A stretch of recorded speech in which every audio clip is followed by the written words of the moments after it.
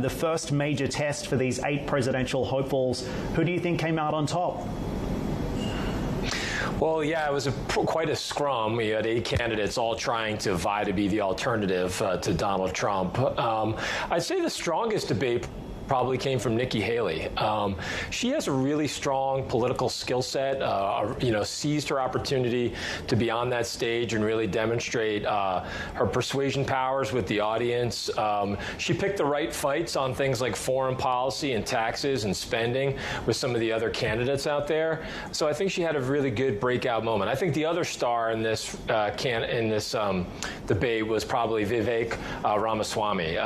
He's somebody who really has this ability to crystallize a message and really speak with a great deal of clarity on some of the very hot-button issues that a lot of Republican activist voters want to see their Republican candidate really put forward in a fight against the Democrats and the perceived excesses of the left and liberals in the country. So I think both of those candidates tonight had big moments that will probably get them noticed by a lot of the activist voters in early primary states.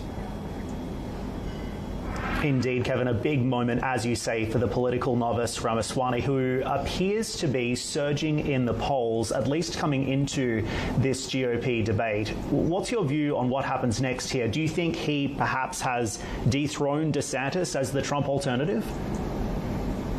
Well, that was one of the challenges I think that DeSantis had, which is he had created so much buzz and had so much momentum just based on his record as a governor in Florida.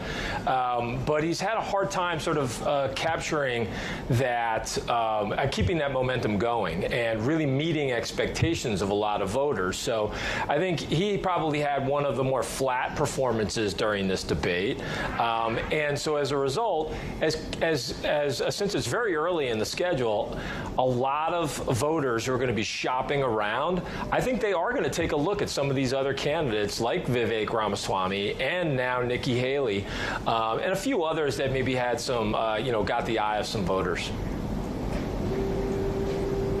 Kevin, take me inside the Trump strategy here. He obviously leads the GOP field by a wide margin. Perhaps he felt that the risks of attending this debate would have outweighed the reward. What's your view?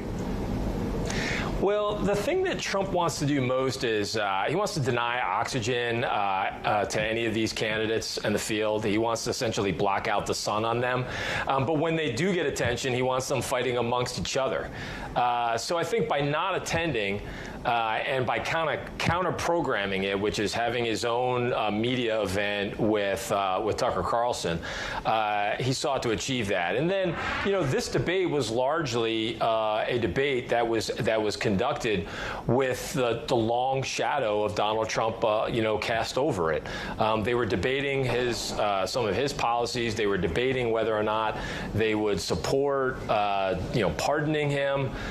So in many ways, he still kind of controlled the tone and still controlled the issues that every debate debated, and still has after this debate, will still have a very dominant lead in the polls. I don't think anybody tonight had enough of a performance where they're really going to cut into Donald Trump's lead and gather a momentum to really close the gap that Donald Trump has right now with a lot of the base voters.